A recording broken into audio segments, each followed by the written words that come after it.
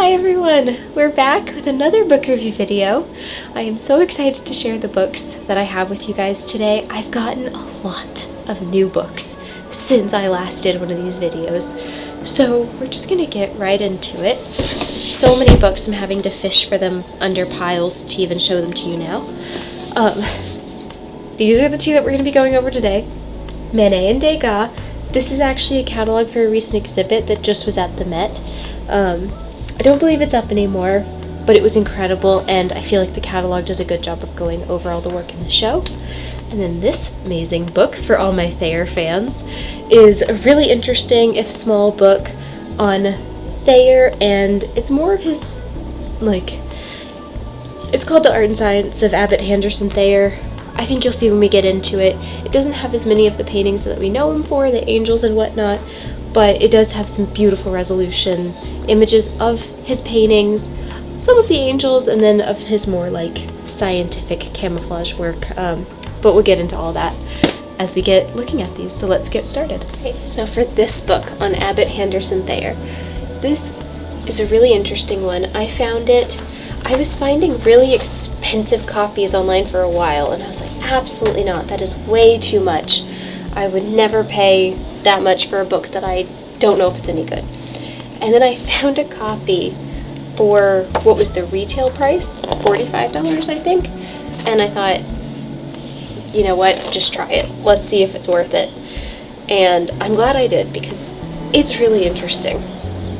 Now, what I wanted to explain with this book, and what you can maybe see here, is that this book does focus more on Thayer's camouflage work. For those of you who don't know, Thayer got really interested in studying the art of camouflage, I believe during, World War I? I need to brush up on my history, but he got really invested in studying essentially the art of camouflage. Now, I can't speak for how successful he was at that versus, how much he did it and just for himself. I really do need to study more on the history of it, but regardless, the book is fascinating. I'm obsessed with his work. I think he's an amazing painter, and this does have some really nice images of his paintings. Even small ones like this are pretty good resolution. And some photographs, and I'm sure the whole book explains it. It's done a bit essay style, so not the easiest read. It's a bit dense, which is why I haven't read it. But it is fascinating nonetheless. If you can find a reasonably priced copy of this book, which I did see a few crop up recently, and I'll link any links to buy the books down below. Not affiliated, of course, because I'm just doing this because I'm a book nerd, not to make any money. But there we go. This is so interesting. So many really interesting images of his studies, and some just in general really beautiful angel paintings, beautiful landscape paintings. There was that beautiful floral painting back there. So yeah, a book I enjoy. If you like Thayer, it's probably worth it. If you're not a huge fan of his, probably not. Okay, so here we have Manet and Degas. Now, if you didn't get to see the exhibit at the Met, I am very sorry for you, because it was actually really incredible. Now, what's interesting is I'm not normally drawn to either Manet or Degas. I used to be a fan of Manet and Degas mostly whenever I was first getting into art, and there was something about the looseness and the freshness that he worked with that I was really drawn to at the time. It's not something that I'm super into now. But that being said, this exhibit really did put both of their work in a new perspective for me. There's some truly incredible pieces. I don't feel like they translate that great into photos, I'll be honest. I think that their work is something that's much easier to appreciate in person. But that being said, I still thought it was worth sharing this catalog with you guys, because it's a really, really beautiful one. Look at this double self-portrait spread. This is such a great catalog. The there's a lot of great information in the text portion of this book. There's a lot of great written information in the exhibit. So I think, again, if you like these artists, then I think it's worth getting.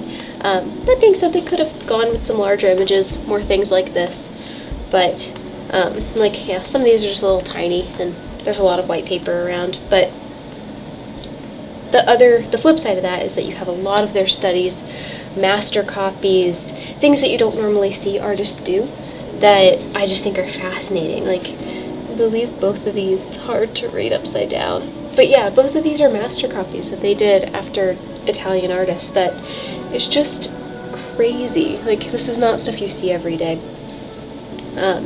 This particular Degas portrait was stunning in person. Real quick, I apologize if I sound a bit nasally. I'm getting over a slight cold, and looking down to show you these books is making the congestion a bit worse, so apologies for the sound of my nasally voice today. Hopefully that will be cleared up soon. But back to the book, I really do feel like the story about Manet and Degas that I learned about through the exhibit was fascinating. Their friendship, their rivalry, the competition, but support that they shared for one another. Particularly, I believe it was, I don't want to mess this up, but I believe it was Manet died first, and then Degas proceeded to work to collect as many of his pieces as possible, which is just a really fascinating thing for one artist to do for another. It's just thinking of these guys, wanting to essentially for Degas to want to make sure that Manet's work was collected and preserved is just a really sweet thing to me, that he took the time to do to support his friend and rival even after he had died. But I'm sure that painting will be included in the end, and I will make sure to point it out, because there was one painting in particular that had been cut into pieces, and Degas made sure to assemble all of the pieces after they had been dispersed and kind of spread around the world. He wanted to get them all back into one place. But again, I hope you can get an idea of this catalog, and there's not too much glare, because it was a really beautiful exhibit. I do wish I could go back and see it again. And this painting, I don't know if you could tell by the image quality, but this was such a fascinating painting in person. But yeah, so really cool.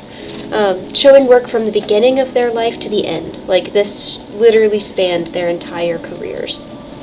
And it was all done in chronological order, which I believe is also, Degas collects Manet. I remembered right. The exhibit was done from essentially, beginning of their life, early work, to end of life, late work. There it is. This is the painting that there's still pieces missing, but he did his best to assemble them all after Manet had died. Oh, apologies if I'm going a bit out of frame. But we're almost to the end anyways. Yeah, there we are. But anyways, really good book, really fascinating story of the two of them. I just, I don't think I would have bought this had I not seen the catalog, had I not seen the exhibit, but I'm glad I did.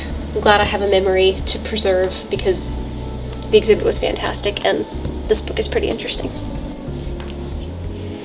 I hope you enjoyed that video. Manet, Degas, Thayer, they're incredible artists and their stories are fascinating, so I highly recommend you look them up and you do your own research on them, because there's a lot of information out there about these guys, and frankly it never fails to interest me. If you're interested in more reading material on that kind of time period of art, I'm going to link some books down in the description below. It's just the stories never end. It's a fascinating time of art history to learn about, and so yes, I hope you enjoyed those books and this video, and I'll see you again next time.